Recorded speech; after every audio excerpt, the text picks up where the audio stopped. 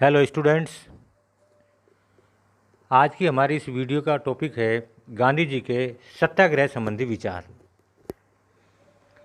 गांधी जी की सत्य और अहिंसा, साध्य और साधना की श्रेष्ठता तथा व्यक्ति की नैतिक पवित्रता में दृढ़ आस्था थी और अपने इन्हीं विश्वासों के आधार पर उन्होंने बुराई के प्रतिरोध के एक नवीन मार्ग का आविष्कार किया, जिसे सत्याग्रह का नाम दिया गया। सत्याग्रह का अर्थ व स्वरूप। सत्याग्रह अहिंसक क्रांति का विज्ञान है। सत्याग्रह का शाब्दिक अर्थ है सत्य का आग्रह या लक्ष्य पर दृढ़ रहना। गांधी जी की मान्यता है कि सत्य के प्रति आग्रह व्यक्ति की असीम शक्ति से संपन्न कर देता है। उनका मत है कि अहिंसक साधनों के द्वारा ही सत्य की शक्ति को सर्वाधिक रूप से सक्रिय किया जा सकता है। एक अहिंसक कार्य पद्धति के रूप में सत्याग्रह का अर्थ है ऐसा दृष्टिकोण जिसमें सबके प्रति जागृत प्रेम और सबके लिए कष्ट सहने की तत्परता व्यक्ति की प्रेरणा बन जाए। इस प्रकार सत्याग्रह को आत्मबल या प्रेम बल का नाम दिया जा सकता है। गांधी जी के मत में सत्याग्रह पवित्र उद्देश्यों की अहिंसक साधनों से प्राप्ति का अविरल मानवीय अध्याय व्यवसाय है। इस प्रकार सत्याग्रह का मर्म सत्य के प्रति आस्था तथा प्रेम की रचनात्मक और क्रियात्मक शक्ति के प्रति निष्ठा में निहित है। गांधी जी का कथन है कि सत्य और अहिंसा वह तना है जिस पर सत्याग्रह की असंख्य शाखाएं पुष्पित और पल्लवित होती है। सत्याग्रह में भौतिक शक्ति के प्रयोग या हिंसा के लिए कोई स्थान नहीं है। सत्याग्रही अपने विरोधी को कष्ट नहीं पहुंचाता और न ही उसके विनाश की कामना करता है। सत्याग्रह के प्रयोगकर्ता के मन में विरोधी के प्रति कोई दुर्भावना नहीं होती। सत्याग्रह वस्तुतः विरोधी को प्रेम की शक्ति के माध्यम से जीतने का एक सुनिश्चित विज्ञान है। प्रेम की शक्ति को जागृत करने वाले विज्ञान के रूप में सत्याग्रह सत्य के प्रति समर्पित प्रेम का दूसरा नाम है। गांधी जी के अनुसार सत्याग्रह एक ऐसा सिक्का है जिसमें एक ओर प्रेम और दूसरी ओर सत्य अंकित है।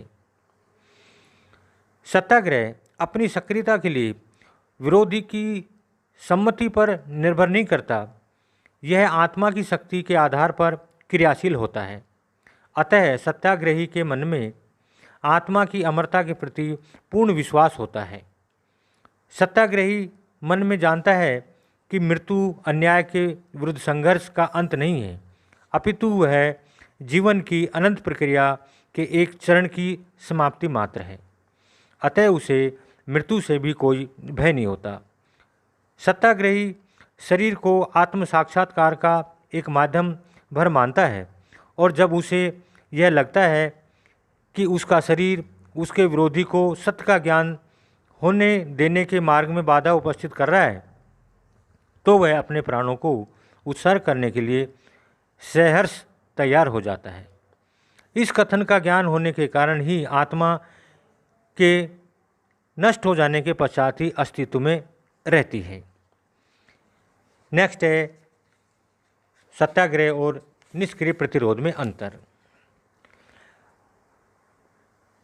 अनेक बार सत्याग्रह और निष्क्रिय प्रतिरोध का ही पर्यायवाची समझ लिया जाता है, किंतु वस्तुतः ऐसा नहीं है। यद्यपि ये दोनों आक्रमण का सामना करने, संघर्षों को दूर करने तथा सामाजिक और राजनीतिक परिवर्तन लाने की पद्धतियां हैं, लेकिन फिर भी इन दोनों में कुछ अंतर है जो निम्न प्रकार है। नंबर 1, सत्याग्रह के अंतर्गत अहिंसा के सिद्धांत को नीति के रूप में नहीं बल्कि आदर्श के रूप में अपनाया जाता है।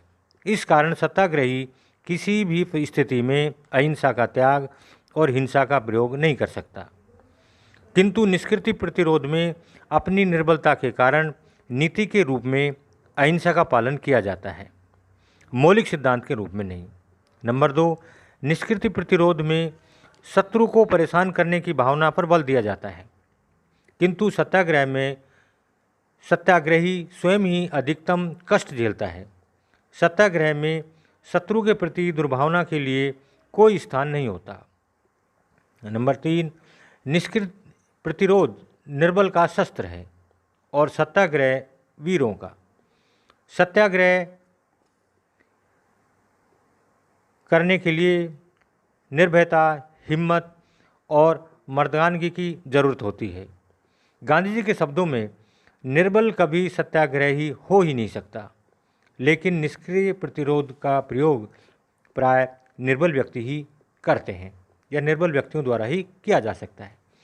नंबर 4, निष्क्रिय प्रतिरोध द्वेष, घृणा और अविश्वास पर आधारित है। इस कारण इसका प्रयोग स्वजनों और रिश्तेदारों के विरुद्ध नहीं किया जा सकता, लेकिन सत्याग्रह प्रेम मूलक है।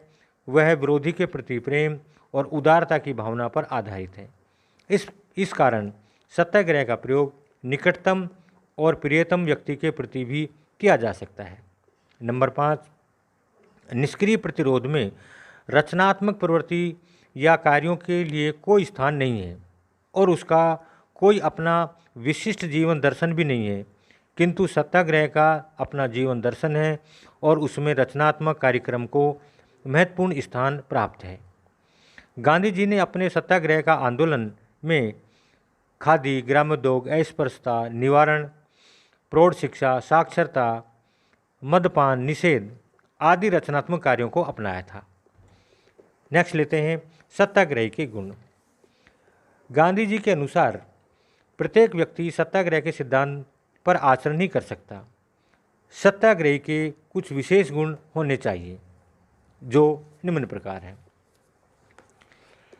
सत्याग्रह के लिए आवश्यक है कि वह सत्य पर चलने वाला हो, अनुशासन में रहने का अभ्यास हो तथा मनसा, वाचा और कर्मण्या अहिंसा में विश्वास रखने वाला हो।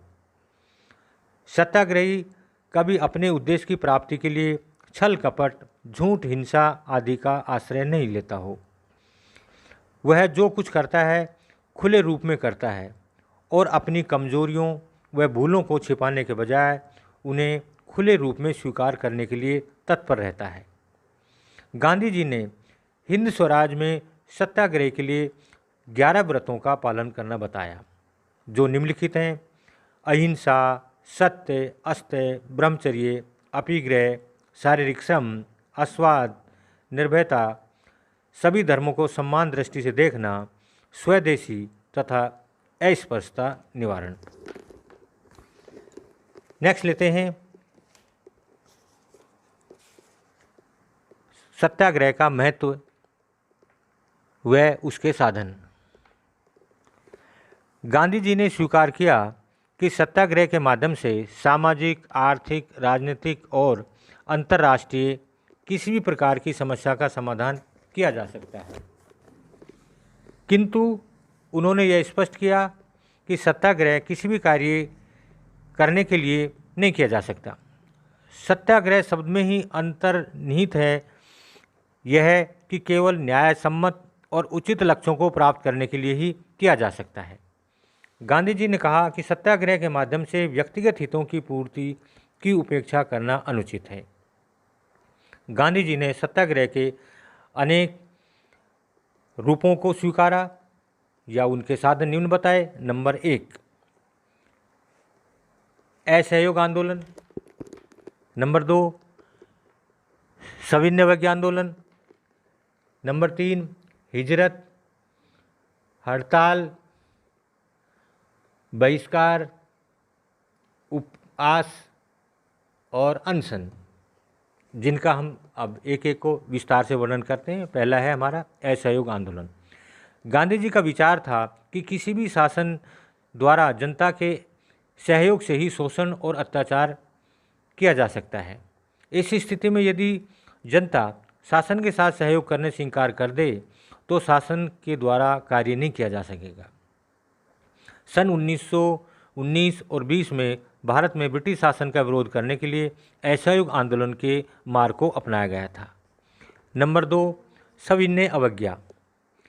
सत्याग्रह का असहयोग से अधिक प्रभावपूर्ण रूप सक्रिय अवज्ञा है। गांधी जी इसे पूर्ण प्रभावदायक और सैनिक विद्रोह का रक्तहीन विकल्प कहते थे। सविनय अवज्ञा का तात्पर्य अहिंसक और विनम्रपूर्ण तरीके से कानून की अवज्ञा करना है। कानूनों की यह अवज्ञा हिंसक रूप ग्रहण न कर ले, इसलिए उनका विचार था कि सविनय अवज्ञा का प्रयोग जनसाधारण द्वारा नहीं बल्कि कुछ चुने हुए विशेष व्यक्तियों द्वारा किया जाना चाहिए। और किन कानूनों का उल्लंघन किया जाए, यह बात सत्याग्रह द्वारा नहीं बल्कि नेता द्वारा ही निश्चित की जानी चाहिए। सन 1931 में नमक आंदोलन के रूप में महात्मा गांधी जी द्वारा इसी शस्त्र का प्रयोग किया गया था। नेक्स्ट अगला पॉइंट, हिजरत या प्रव्रजन। सत्याग्रह एक अन्य रूप हिजरत है। इसका अर्थ है स्थायी निवास स्थान का स्वैच्छिक परित्याग।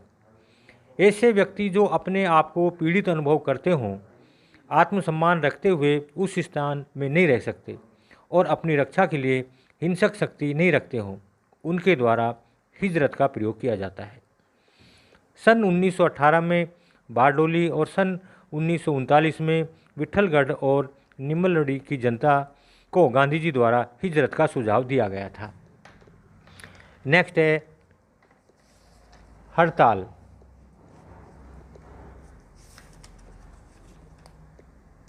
सत्याग्रह का एक अन्य रूप है हड़ताल, किंतु हड़ताल के संबंध में गांधी जी का विचार समाजवादियों और साम्यवादियों से भिन्न है।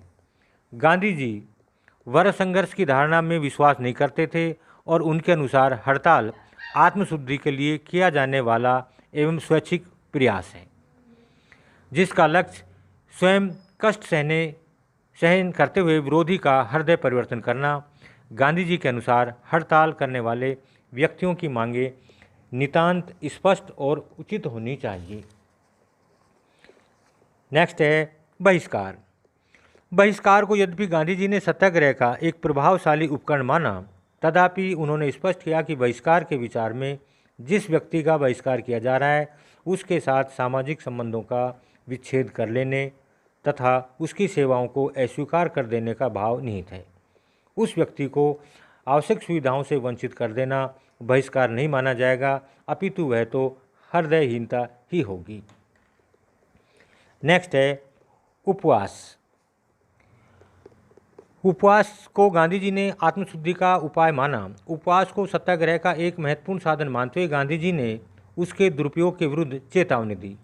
उन्होंने कहा कि उचित और न्यायसम्मत कार्य के लिए किया गया उपवास आत्मशुद्धि का मार्ग है, क्योंकि उपवास कर रहा व्यक्ति या तो इस प्रक्रिया को यह समझ जाएगा कि वह गलत बात के लिए आग्रह कर रहा है, या उपवास द्वारा उसकी कष्ट सहिष्णुता विरोधी को द्रवित कर देगी और उसका दृष्टिकोण परिवर्तित हो जाएगा। स्वार्थपूर्ण प्रयोजनों के लिए किया जाने वाले उपवास को गांधी जी ने अनुचित और अनैतिक माना, क्योंकि इसके द्वारा वास्तव में विरोधी के विरुद्ध मानसिक हिंसा की जाती है। नेक्स्ट है अनशन। सत्याग्रह का एक अन्य रूप है अनशन, जिसका आजकल बड़ा गलत प्रयोग किया जाने लगा है। गांधी जी ने इसे अत्यधिक उग्र अस्त्र समझते थे और उनका विचार था कि इसे अपनाने में अत्यधिक सावधानी बरतनी चाहिए। अनशन केवल कुछ विशेष अवसरों या आत्मशुद्धि या अत्याचारियों के हृदय परिवर्तन के लिए किया जाना चाहिए।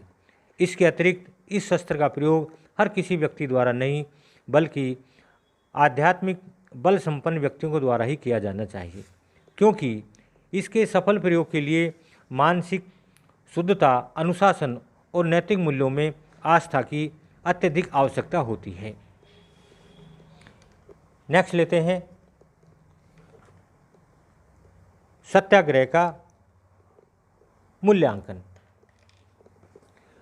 गांधी जी के सत्याग्रह का यदि एक ओर कुछ व्यक्तियों के द्वारा बहुत अधिक गुणगान किया जाता है तो दूसरी ओर उसके आधारों पर उसकी आलोचना की जाती है। तो जिन आलोचनाओं को हम निम्न बिंदुओं के आधार पर ले सकते हैं। नंबर 1, सत्याग्रह की धारणा सत्याग्रह अहिंसा की धारणा के अनुकूल नहीं है। आलोचक एक आदर्श के रूप में सत्याग्रह की आलोचना करते हुए कहते हैं कि सत्याग्रह का सिद्धांत अहिंसा की धारणा के अनुकूल नहीं है। सत्याग्रह का तात्पर्य न केवल हिंसा का निषेध बल्कि विरोधी के प्रति किसी प्रकार की दुर्भावना का ही भी अभाव है। अहिंसा का आशय है कि मनसा वाचा कर्मण्य किसी भी रूप में हिंसा का प्रयोग नहीं किया जाना चाहिए और विरोधी के मन को भी दुख नहीं पहुंचाना जाना चाहिए। आलोचकों के अनुसार सत्याग्रह उन व्यक्तियों को निश्चित रूप से मानसिक और अनेक बार शारीरिक कष्ट भी पहुंचाता है। उनके विरुद्ध उनका व्यवहार किया जाता है। नेक्स्ट नंबर 2, अहिंसा का प्रयोग सभी परिस्थितियों में संभव नहीं है। आलोचकों के अनुसार प्रत्येक स्थिति में प्रत्येक जगह प्रत्येक प्रकार के लोगों के साथ सत्याग्रह का सफलतापूर्वक प्रयोग नहीं किया जा सकता। स्वतंत्र समाजों में जहां विवेक, मानवता के प्रति आदर और न्याय विद्यमान हो, सत्याग्रह का भले ही सफलपूर्वक प्रयोग किया जा सकता है, परंतु निरंकुश शासकों और बौद्धिक तथा नैतिक दृष्टि से बहुत अधिक पिछड़े हुए लोगों के विरुद्ध सत्याग्रह की सफलता में निश्चित रूप से संदेह किया जा सकता है। अनेक बार देखा गया है कि शासक वर्ग के द्वारा दमनात्मक बल के आधार पर सत्याग्रह को कुचल दिया गया है। विरोधियों के अंतःकरण को जागृत करने का निश्चित रूप से बहुत अधिक कठिन है। नेक्स्ट, अंतर्राष्ट्रीय क्षेत्र में या आक्रमण के प्रतिरोध में सत्याग्रह का प्रयोग संभव नहीं है। गांधी जी द्वारा विदेशी आक्रमण की स्थिति में भी सत्याग्रह का सुझाव दिया गया था, किंतु सामान्य अनुभव के आधार पर यही कहा जा सकता है कि ऐसी स्थिति में सत्याग्रह सफल नहीं हो सकता। कोई भी राष्ट्र अहिंसक साधनों पर निर्भर रहकर अपने नागरिकों की स्वतंत्रता और सुरक्षा खतरे में नहीं डाल सकता। वर्तमान समय में छोटे बड़े देश अंतर्राष्ट्रीय राजनीति में एक दूसरे के विरुद्ध जिस प्रकार का व्यवहार कर रहे हैं, उसे देखते हुए तो सत्याग्रह की सफलता बहुत ही अधिक संदिग्ध हो गई है। आलोचकों के अनुसार हवाई हमले और परमाणु बम के इस युग में आक्रमण के प्रतिरोध हेतु सत्याग्रह की बात हास्यप्रद ही लगती है। नेक्स्ट नंबर 4, अहिंसक साधनों से सामाजिक और आर्थिक परिवर्तन लाना अत्यधिक कठिन है। साम्यवादी, अराजकतावादी तथा अन्य क्रांतिकारी विचारधारा वाले व्यक्ति गांधीवादी विचारधारा की आलोचना करते हुए कहते हैं कि सत्याग्रह जैसे अहिंसक साधनों के आधार पर सामाजिक और आर्थिक स्थिति को पूर्णतया बदलने में सफलता प्राप्त नहीं की जा सकती। उनका कथन है कि वर्तमान समय में विशेष स्थिति प्राप्त व्यक्ति अपनी इस स्थिति को कभी भी स्वेच्छा से नहीं छोड़ सकते और सामाजिक तथा आर्थिक जीवन की भीषण विषमताओं को समाप्त करने के लिए शक्ति का प्रयोग करना आवश्यक होगा। नेक्स्ट अगला पॉइंट, सत्याग्रह के नाम के दुरुपयोग की आशंका। सत्याग्रह के विरुद्ध एक आलोचना यह भी की जा सकती है कि वर्तमान समय में सत्याग्रह के नाम का बहुत अधिक दुरुपयोग किया जा रहा है। विविध पक्षों द्वारा अपने क्षुद्र स्वार्थों की पूर्ति हेतु जो आंदोलन किए जाते हैं, उनके द्वारा उन्हें भी सत्याग्रह कह दिया जाता है, जबकि वास्तव में सत्याग्रह न होकर दुराग्रह ही होते हैं। नेक्स्ट लेते हैं निष्कर्ष। सत्याग्रह एक जीवन शक्ति है। यह पशु बल पर आत्मबल की विजय है। यह बुराई को भलाई से, घृणा को प्रेम से और अत्याचार को कष्टों के प्रति अक्षुण्ण सहिष्णुता से जीतने का मंत्र है। गांधी जी ने स्पष्ट किया कि विरोधी पर सत्याग्रह का प्रभाव भौतिक रूप से नहीं पड़ता, अपितु सत्याग्रह की अहिंसक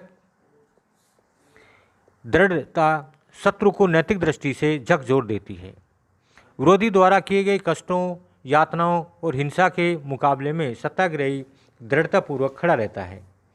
न तो वह पलायन करता है और न ही हिंसक प्रतिकार। ऐसी स्थिति में विरोधी के पशु बल को भोजन प्राप्त नहीं हो पाता और उसका पशुबल पीला पड़कर मुरझाकर नष्ट हो जाता है। जैसा कि डॉक्टर पट्टाभी सीतारमैया ने सत्याग्रह की प्रभावशाली शक्ति का चित्रण करते हुए लिखा है कि सत्याग्रह सादा परंतु प्रभावी, दिव्य किंतु क्रियात्मक, अत्यंत किंतु सार्वलौकिक है। यह एक गुप्त शक्ति नहीं अपितु एक खुला रहस्य है।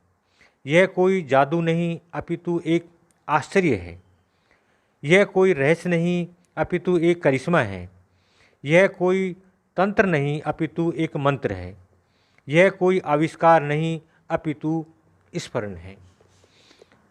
इस प्रकार हम आशा करते हैं कि आपको ये वीडियो समझ में आई होगी। धन्यवाद।